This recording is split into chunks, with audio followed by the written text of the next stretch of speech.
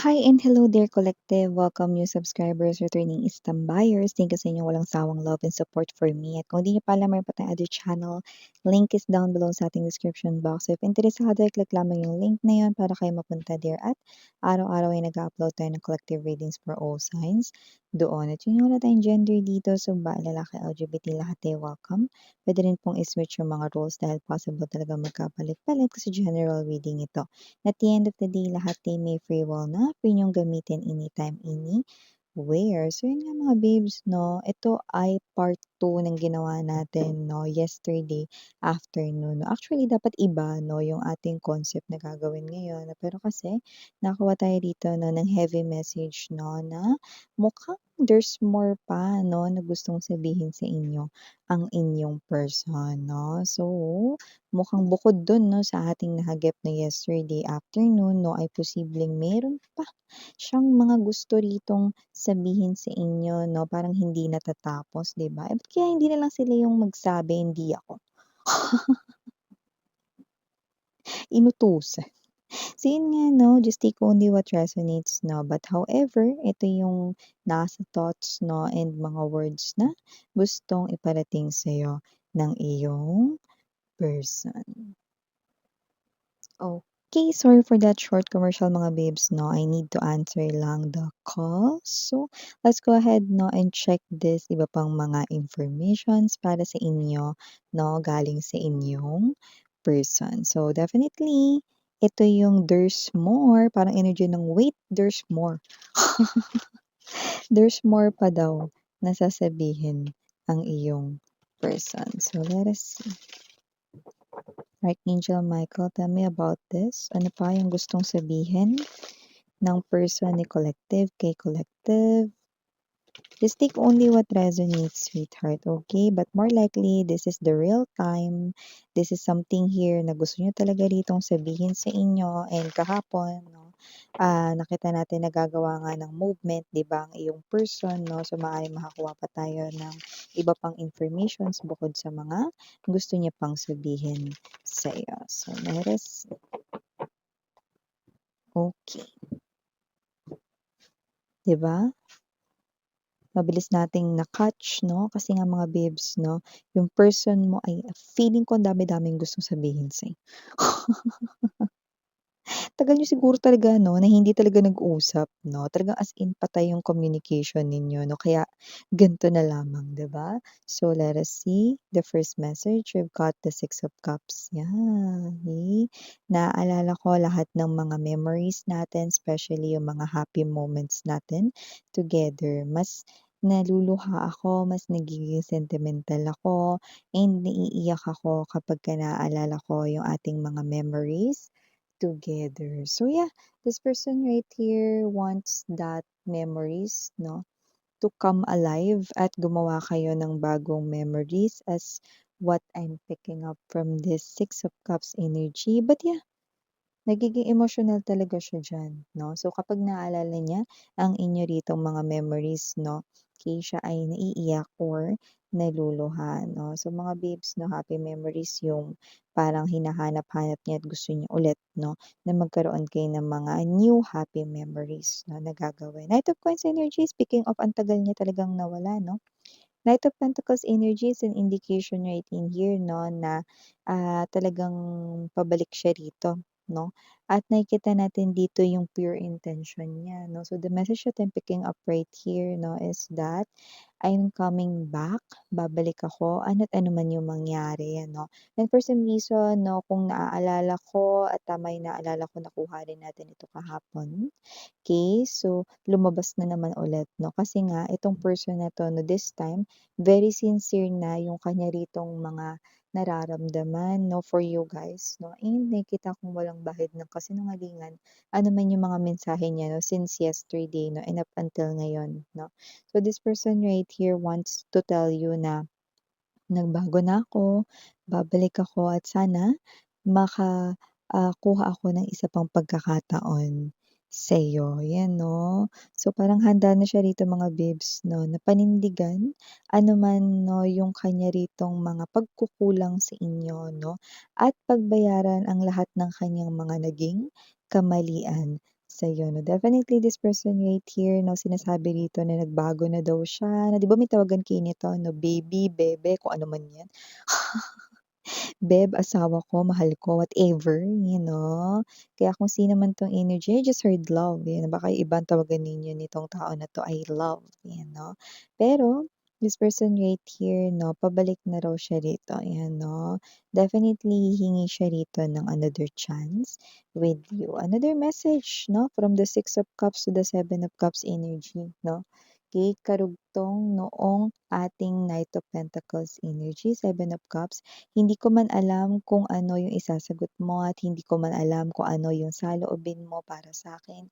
Kung may nagbago na ba na feelings mo para sa akin, handa pa rin ako rito na magbigay ng kahit na anong effort ko para muli tayong magbalik at manumbalik sa dating tayo. Ayan 'no, alam mo nakita ko dito parang okey naman talaga kayo dati 'no, talagang may nakasira lang 'no, puwedeng third party nga yun or ibang rason 'no. Puwedeng yung third party interference kasi hindi lang tao kasi yun, pero yung iba, yes, tao talaga yung nakasira sa inyo, pero yung iba parang pangarap or mga maling desisyon 'no, na ginawa noon 'no. So, hindi niya alam talaga 'no, kung meron ka pang feelings sa kanya. However, tuloy pa din ang kanyang pagbabalik dito sa inyo 'no, and sana maging maayos. Hoping siya na maging maayos kayo 'no, bago, matapos itong taon na 'to 'no, or bago man lang salubungin sana yung 2026 'no, or panibagong year 'no. Sana kasama niya na daw kayo 'no. And with the Ten of Wands energy, okay, ang message niya rito 'no is marami siya rito 'no na mga bagay na iniisip, maraming mga nangyayari sa akin ngayon, pero lahat ng ito masosolusyunan ko kapagka bumalik ka na sa piling ko. So, kung sino man 'tong energy na 'to na parang may sinasabi siya rito 'no, na parang ang dami niyang problema na pinapasan ngayon sa kanyang balikat 'no or na-e-experience ngayon, pero parang kaya niya lahat na tapusin 'yun, mapamaliit man 'yan or mapamalaking problema kung maaayos yung inyong relasyon. Nakuha mo ba? Parang ang mangyayari rito basta maging maayos lang tayong dalawa. Lahat ng iba ko pang maging mga problema rito ay magiging maayos din at masosolusyunan ko 'yan sigurado. Basta lang talaga maging okey muna tayo. So, na-gets mo? Parang in other words, mapamaliit man o mapamalaki man 'tong mga problema niya, okey, ang pinakatinutukoy niya ritong major problem or issue na kapag naayos is yung sa inyo. So, kapag parang bumalik ka na ulit sa buhay niya at naging kayo na ulit 'no, parang kahit na ano pa 'tong mga problema niya na iba-iba na 'to, kaya niya na 'yang solusyonan, 'yan 'no. So, parang in other words 'no, alam mo yung energy na ikaw yung kanyang, confidence. Sa'yo siya huhugot rito ng lakas ng loob. So, parang 'pag naayos niya rito yung major problem niya, which is yung sa inyong ngang relationship, kaya niya ng harapin kahit na may mga dumating pang ibang mga problema siya sa life. Yun 'no, see? So, in other words, tinutukoy niya talagang major problem ang inyo ritong hindi pagkakaayos, ang inyong separasyon 'no. So, we have here the Ten of Cups energy, puwedeng may family kayo nito 'no, kasi may energy siya rito na hindi lang daw ikaw ang nami-miss niya, kundi pati na rin ang mga kids 'no, kung may mga anak kayo nito 'no. Pero para naman dun sa walang kids 'no, this person right here 'no, is telling me 'no, na napakasyunga niya rito, na-miss niya yung isang napakagandang opportunity sa love 'no, at yun nga ay nung hindi niya kayo rito pinili at tinalikuran niya kayo, ayan 'no. So, definitely as you can see, we've got here double tens. So, talagang a lot of regret ang nakukuha natin sa energy ng person na 'to. And without any doubt, this person right here is really someone na very serious siya sa kanyang mga pinagsasabi dahil sobrang nafe-feel or nase-sense natin 'yun dito 'no. And for a lot of times, this person right here 'no is mas lamang yung sadness niya 'no kaysa yung nangingiti siya in a day 'no. That's very rare. This is someone here who's really problematic 'no, pero kahit na may mga iba pa siyang mga problema, ikaw yung pinaka, iniisip niya rito na 'pag 'pag feeling niya nasolusyonan niya yung problem niya with you guys 'no, lahat na kaya niyang harapin 'no, at dito nga marami-rami sa kanila yung sinasabi yung napakasyunga daw nila 'no, or they are really a fool 'no, na na-miss nila yung opportunity nila 'no, na magkaroon ng isang napakagandang love story 'no, nung tinalikuran nila kayo. So, definitely major realization din iyon 'no. And yeah, two of wands 'no, okey. I want us back. I want our family back. I want you back. I want our partnership back, you know. In other words, gusto niyang magbalik ka na sa kanyang piling, yan 'no. So, definitely, pinaka tinutumbok talaga nito 'no, ng mensaheng ito 'no ay magbalik ka na 'no, sa kanyang piling, yan. So, nakikita natin dito na kahit na parang ganito yung nafi-feel niya, hindi ka niya susukuan, mm. So, nakikita ko na talagang this time around, e-effortan ka talaga niya rito because this person wants your relationship back, your family back, your love back, 'no, okey? This person wants you back, yeah. Okey.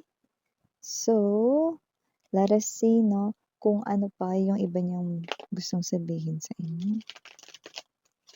Tell me more. Kung ano pang gustong sabihin nitong tao na 'to kay collective.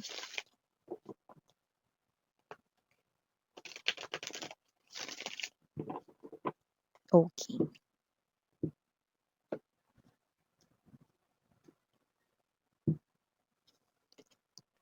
Emperor's energy. Okay. Nagbago ako kahit mahirap, inayos ko yung pride ko, yung aking ego para sa'yo, you know, para sa future ko din, you know, para rin sa sarili ko, you know.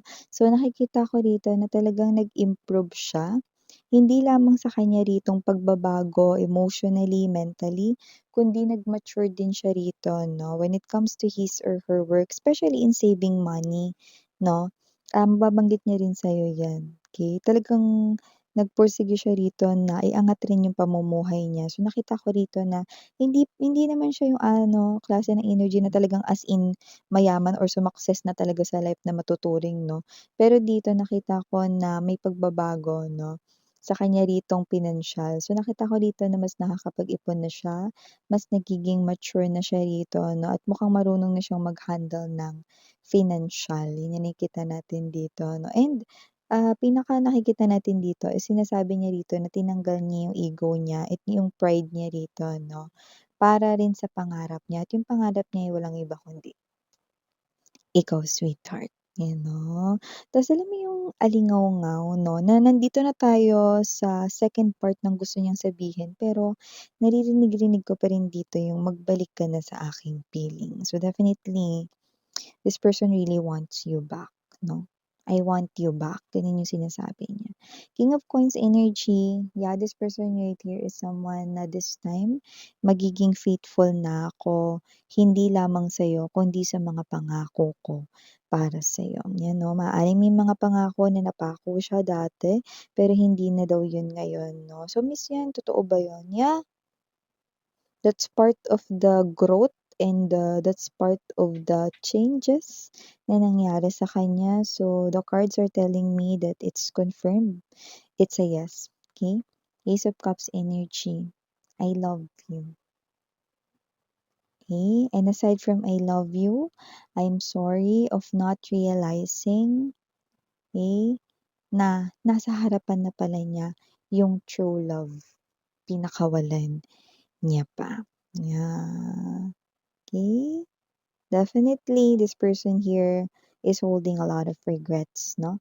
Full card energy. Muli akong magtatangka na bumalik at bumalik hanggang sa tanggapin mo ako sa buhay mo.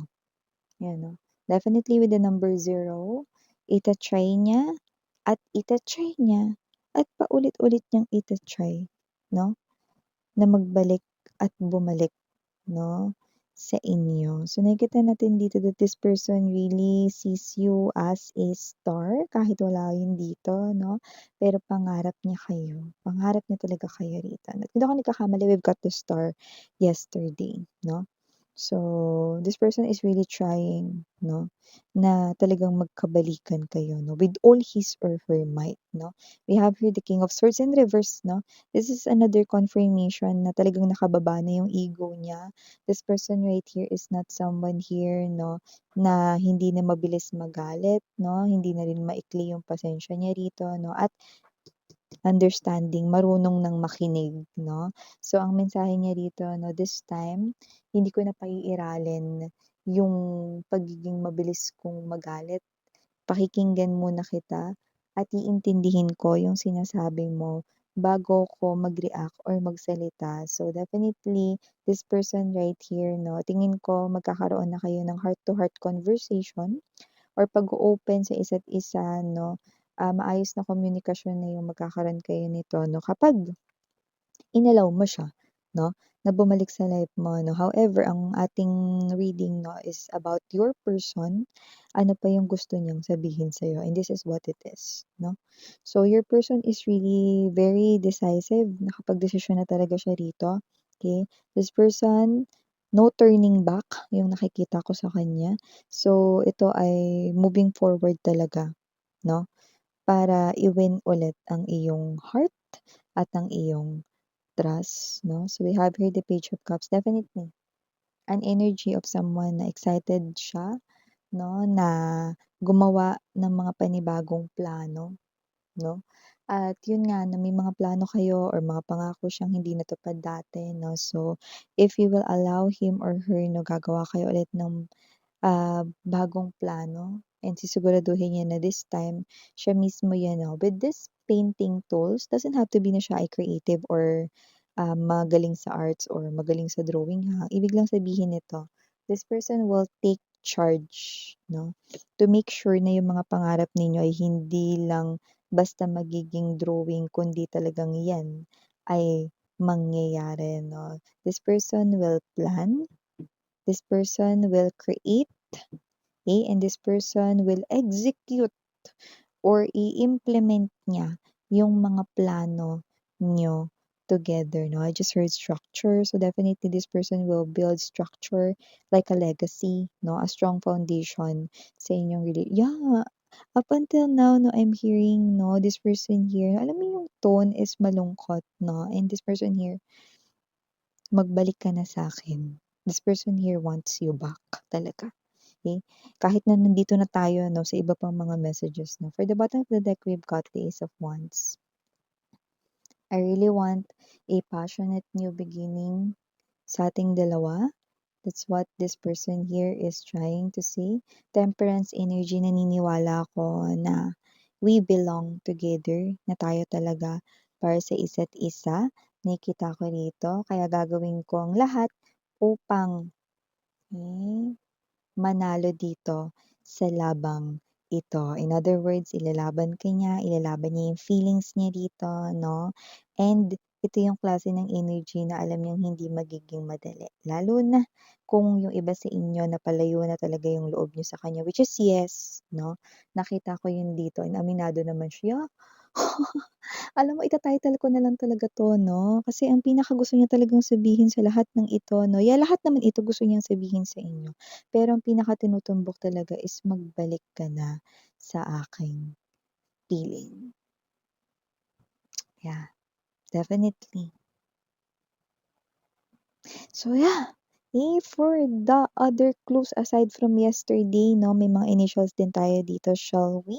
We have here the letter I, andito rin ang letter M, nandito rin ang for some reason 'no, yung letter A maaaring ito ay dalawa o tatlo, just take how this resonates 'no, sa pangalan or pangalan niya, pangalan niyo. Okay, we also have here the letter P, andito rin ang letter T, andito rin ang letter C, and last but not the least, the letter D. So yeah, D mga babes, okay, as in dog, 'no? So yeah, definitely like what I've mentioned, 'no, dog is, may energy ng loyalty, faithfulness, 'no, and at the same time, 'no, may energy dito, 'no, na this time, this person right here is talagang susundan ka niya wherever you are. So, parang kahit na lumayo pa kayo, hahabol-habulin niya kayo rito kahit mapunta pa kayo sa dulo ng mundo. So yeah, those are all the messages that we've got right here from your person. Thank you so much for your time here, babe. Again, I'm Yuriana on me. Sarang love and light.